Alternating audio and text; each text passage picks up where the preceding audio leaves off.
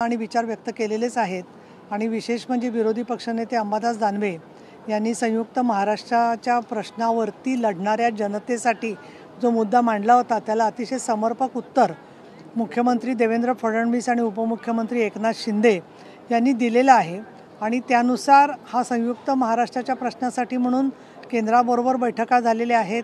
त्याचबरोबर त्याचे केसेस सुद्धा कोर्टात चालू आहेत। आणि तिथली जी जनता आहे त्या जनतेला आम्ही सांगू इच्छितो की तिथला प्रश्न सोडवण्यासाठी प्रयत्न जरी होत असले तरी जोपर्यंत तो प्रश्न सुटत नाही तोपर्यंत तिथल्या जनतेचा अपमान करावा, तिथल्या जनतेला चिरडून टाकावं या भूमिका कधी घटनेच्या नुसार योग्य ठरू शकत नाहीत। त्याचबरोबर सन्माननीय सावरकरजी यांचा त्या ठिकाणी आम्ही छायाचित्र लावणार नाही हे जे त्यांनी तिथे जाहीर केलेलं आहे ते अगदी अयोग्य आहे। आणि याचं कारण असं की एक स्वातंत्र्य सैनिक म्हणून त्याचबरोबर एक विचारवंत म्हणून आणि भारताचे परम अतिशय देशभक्तीचं अधिष्ठान असलेले कार्यकर्ते म्हणून नेते म्हणून त्यांनी जे काम केलेलं आहे ते अत्यंत ऐतिहासिक स्वरूपाचं काम आहे। आणि म्हणून त्यांचं जे छायाचित्र काढून टाकून समस्त मराठी जनतेचा आपण अपमान करू शकतो असा काहीतरी डाव त्यांचा आहे असं वाटतं।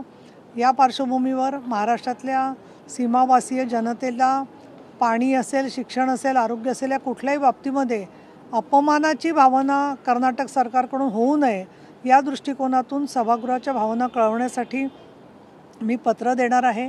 पण त्याच्या पत्राच्या बरोबर मी सांगू इच्छिते की आज जरी बेळगावची जनता आमच्या विधिमंडळाच्या मार्फत डायरेक्टली थेट मतदान करू शकत नसली तरी त्यांचं स्थान, त्यांचे विचार आमच्या अंतःकरणामध्ये कायम जागृत असतील आणि कायम जागृत राहतील हे मी इथे सांगू इच्छिते। विधान परिषद सदस्य योगेश टिळेकर यांच्या मामांना पुण्यात अपहरण करण्यात आलं आणि आताची अपडेट अशी समजते की त्यांची डेड बॉडी दौंड तालुक्यातल्या येवत या ठिकाणी सापडली। याच्यामध्ये मी पण ही बातमी कळलेली आहे आणि अशा प्रकारे कुठल्याही व्यक्तीचं असं निधन होणं, त्यांना जीव गमवायला लागणं हे खूप गंभीर आहे। पण यामधला सगळा तपास पोलीस योग्य त्या पद्धतीने करतील अशा सूचना मी त्यात नक्की देईन।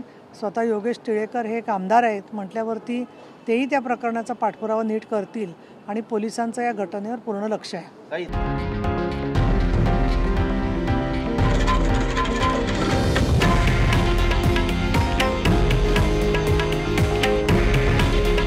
हे आहे देशातील नंबर 1 न्यूज नेटवर्क आणि आपण पाहत आहात TV9 मराठी। काळजी तुमची, हित महाराष्ट्राचं।